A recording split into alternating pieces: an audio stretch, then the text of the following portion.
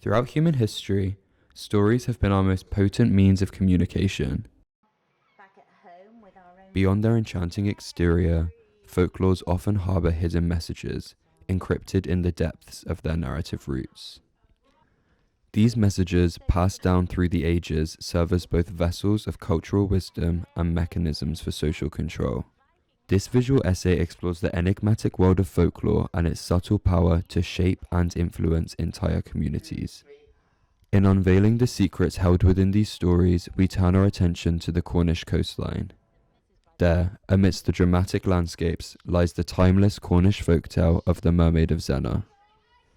This tale, at first glance, may appear to be a whimsical narrative of love and longing, but beneath its surface, it conceals profound insights into the ways that communities are molded and directed by the narratives that they cherish.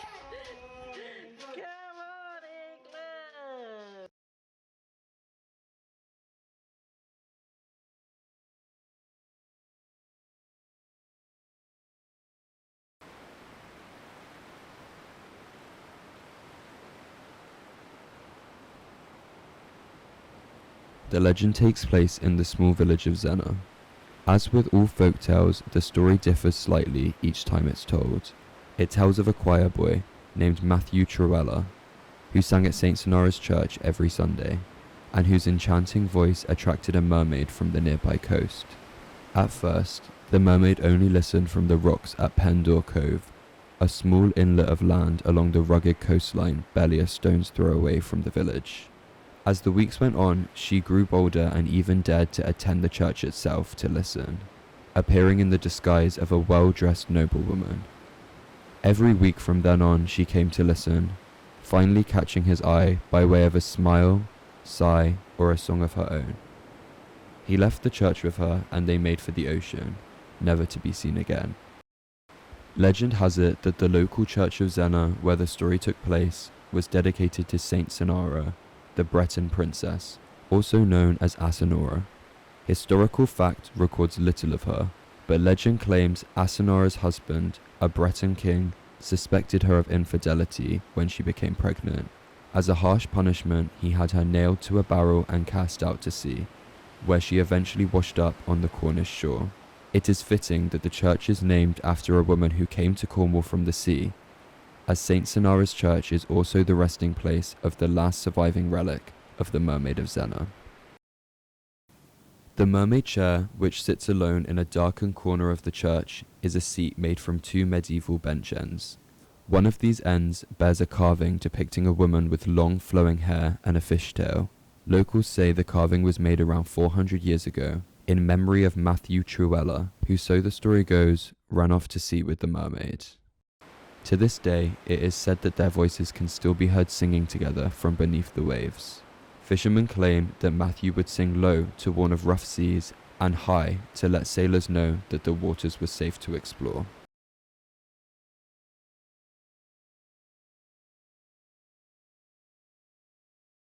We've got a little car here, haven't we? The other things that we've got on display here are a dolphin that Mummy did. And Mia has done this amazing castle with shells all around the edge, but the pièce de résistance is the mermaid.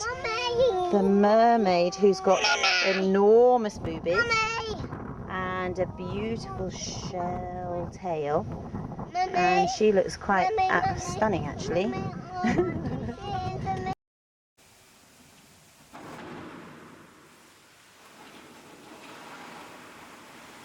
Each culture has its own variation of the mermaid, from the sirens of ancient Greece and the Kappa water dwellings of Japan to the Mamiwata spirits of West, Central, and Southern Africa. A common feature attributed to the mermaid across the world is their deadly nature. They are often said to lure sailors to a watery grave. Many are described as vengeful, as they were created from the spirits of women who supposedly died violent deaths at sea. The Mermaid of Zennor is more morally ambiguous. Did the mermaid lure Matthew Truella to his death? Or was he transformed into a merman himself so they could live a happy life together at sea?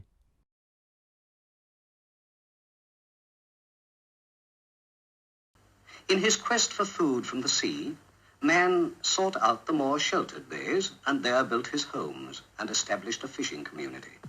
In the center of the village stands the church, built of stone quarried from the surrounding hills. This is a fisherman's church. The pictures on the windows show that the ways of fishing have changed little since Bible times. While the men are drying out the nets, their wives are hanging out the washing. A woman's work is never done. The shopping is part of the morning's routine. Some fishermen are already setting out for the potting grounds. These are usually about a mile from shore. The men set out for their day's fishing. While they're away, the daily life of the village goes on. Out at sea, the fisherman is hauling in his catch for the day. By the late afternoon, the fisherman has returned to the harbor.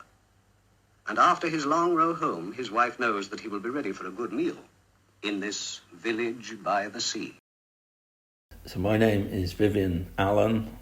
I've lived and worked in Cornwall all my life. I've enjoyed fishing mainly from when I was a young age right up until, still do today. Well, I am a bit low on rituals, but I do have one with a pasty. You wouldn't generally take a pasty to sea, and if you did, you'd always break it in half to leave the wind out of it first. I think it's generally known that pasties are bad luck. So there is a story back in the 5th century of St. Michael appearing to a boatload of fishermen during a gale, and he's rumoured to have calmed the seas and saved the fishermen, and St. Michael's Mount takes its name from that saint. I think that St. Michael is associated with generally calming the seas and is the fisherman's friend. It seems as though the folk tales and traditions established long ago have been upheld by the Cornish through their respect for superstition and enthusiasm for ritualistic practice. What fascinated me most was their complicity in maintaining these norms and values with no questioning of their relevancy or origin. One thing clear was the importance of upholding the Christian agenda. Rules like no fishing on Sunday remained respected to this day, as to not interfere with the church. Also, the archival documentary stressed its devotion to Christianity through the stained glass window which depicted Jesus gathering fish for the community. It is interesting to see that in the tale following St. Michael, the fisherman's friend, he is painted as a saviour. However, in the tale of the Mermaid of Zennor, Saint Zennor and the mermaid are both shown in a more negative light, with all of the praise for the warning of rough seas going to Matthew Truella, the decided protagonist. Superstitions like women being bad omens on fishing boats and powerful women being depicted as benevolent and dangerous in folktales reinforces the patriarchal conditioning of these rural communities.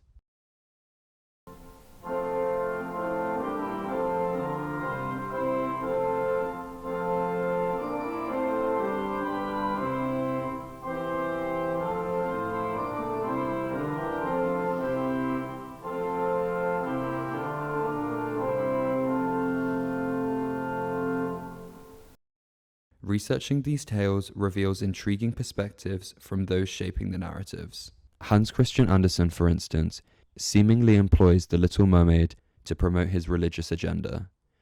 The tale mirrors biblical teachings as the Little Mermaid pursues eternity through good works and sacrifices.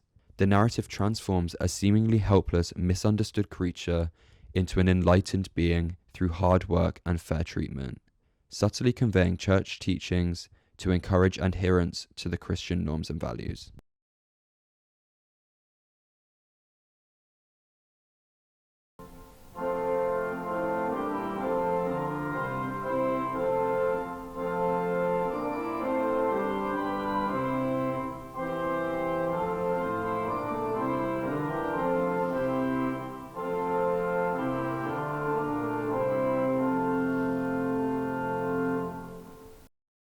The Mermaid of Zennor folklore also encourages the teachings of the church, this time looking at the mermaid through a more negative lens.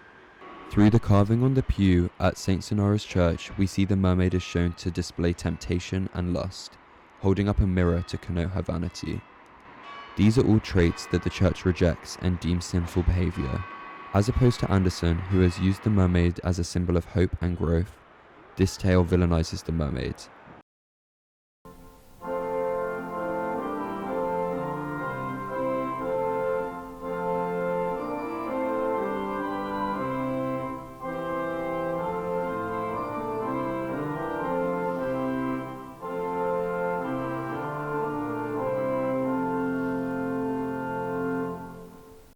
The vilification of women extends beyond folklore, influenced by the teachings of the church.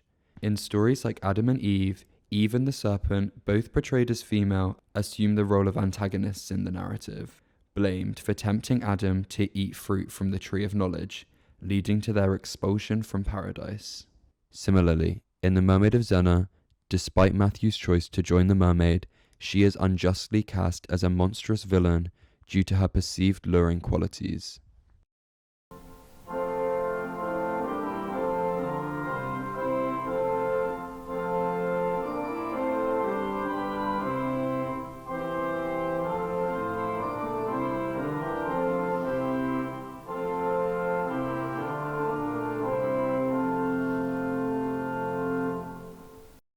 The mermaids in The Little Mermaid and The Mermaid of Zennor embody an enigmatic element, perplexing the communities they encounter. Mermaid folklore encourages skepticism, urging audiences to delve below the surface and see the monster beneath the beauty. In rural communities, there's a lot of temptation from the outside world. The mermaid symbolizes the allure of leaving home, and scaremongering is utilized to ensure that individuals stay.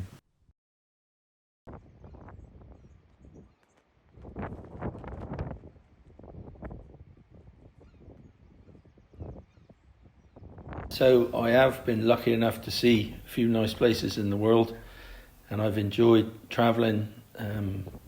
But I always look for the castle that appears coming down the A30 just before you get to Crowless, and you think, yeah, I'm back in Mounts Bay, and I don't think that'll ever change for me. I'll always live here. From birth to 7 years old, our brains are in a pre-conscious state. We absorb everything around us without question. This is when the main blueprints for our belief is laid down. Institutions such as the home, the school, and the church preach the Cornish agenda as a way of recruiting the upcoming generations to accept their ideologies. The Mermaid of Zennor stresses the importance of togetherness, teaching children from a young age to stay with their families and respect their homes. In modern society, these ideals are becoming increasingly unobtainable. Due to the current Cornish housing crisis, families that have called Cornwall their home for generations are being forced to abandon their community. Due to the pandemic, the rise in Airbnbs and second homes, and the general economic downturn, Cornwall is on the brink of a social disaster. Today, only 1 in 7 homes in Cornwall is classed as affordable, and there are currently over 20,000 people on the waiting list for social housing. The ideologies rooted in Cornwall's folklore, which have been pillars for generations, now face an imminent threat. The cherished values that once defined the community have become elusive for the majority. Narratives such as The Mermaid of Zennor have instilled in individuals the vital importance of community solidarity, particularly in challenging times. Now, loyal community members find themselves in turmoil, trying to navigate not only a crisis in housing, but a crisis of identity.